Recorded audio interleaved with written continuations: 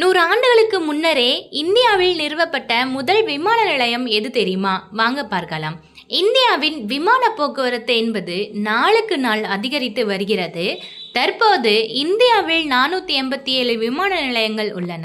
ஒவ்வொரு நாளும் கோடிக்கணக்கான மக்கள் விமானம் மூலம் உள்நாட்டிலும் வெளிநாடுகளுக்கும் பயணிக்கின்றனர். ஆனால் இந்தியாவில் விமான போக்குவரத்தின் தொடக்கமாக இருந்தது எந்த விமான நிலையம் என்பது உங்களுக்கு தெரியுமா? இந்தியாவில் ரயில்வே துறை எப்படி ஆங்கிலேயர்களால் உருவாக்கப்பட்டு விரிவாக்கப்பட்டதோ அதே போல இந்தியாவின் விமான போக்குவரத்தும் ஆங்கிலேயர்களால் தான் உருவாக்கப்பட்டது.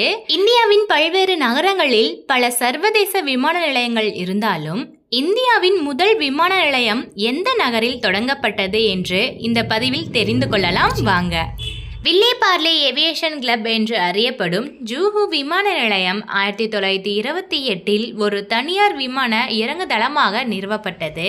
பின்னர் இது வணிக ரீதியான விமான நிலையமாக மாற்றப்பட்டு 1932இல் இங்கு முதல் வணிக விமானம் தரையிறங்கியது.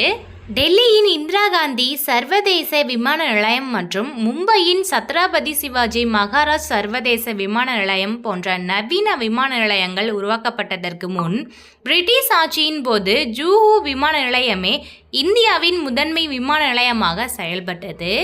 ஜூஹு விமான நிலையம் மகாராஷ்டிரா மாநிலம் மும்பையில் அரபிக்கடல் கடற்கரைக்கு அருகில் அமைந்துள்ளது. தற்போதைய சர்வதேச விமான நிலையம் உருவாக்கப்படுவதற்கு முன் இதுதான் மும்பையின் முக்கிய விமான நிலையமாக இருந்தது. 1932இல் JRT டாடாவின் இந்தியாவின் முதல் வணிக விமானத்தை கராச்சியிலிருந்து மும்பைக்கு இயக்கி ஜூஹு விமான நிலையத்தில் தரையிறக்கினார். ஏனெனில் அவர் விமானம் ஓட்டுவதில் மிகவும் ஆர்வம் கொண்டவராக விளங்கினார். இந்த வரலாறு சிறப்புமிக்க தருணம் பிற்காலத்தில் ஏர் இந்தியாவாக மாற்றிய டாடா ஏர்லைன்ஸ் நிறுவனத்தின் தொடக்கமாக இருந்தது.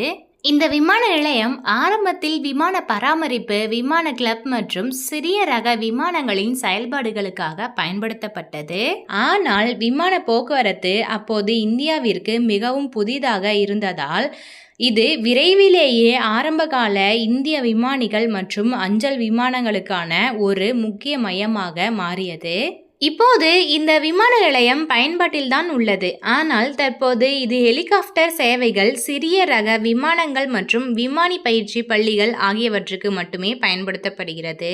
ஏனெனில் வணிக ரீதியான விமான சேவைகள் 1948இல் திறக்கப்பட்ட சத்ரபதி சிவாஜி மகாராஜ் சர்வதேச விமான நிலையத்திற்கு மாற்றப்பட்டு விட்டன.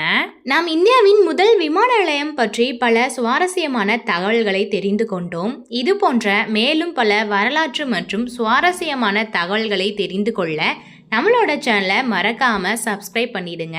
மீண்டும் ஒரு சுவாரஸ்யமான தகவலுடன் உங்களை சந்திக்கிறேன். நன்றி, வணக்கம்.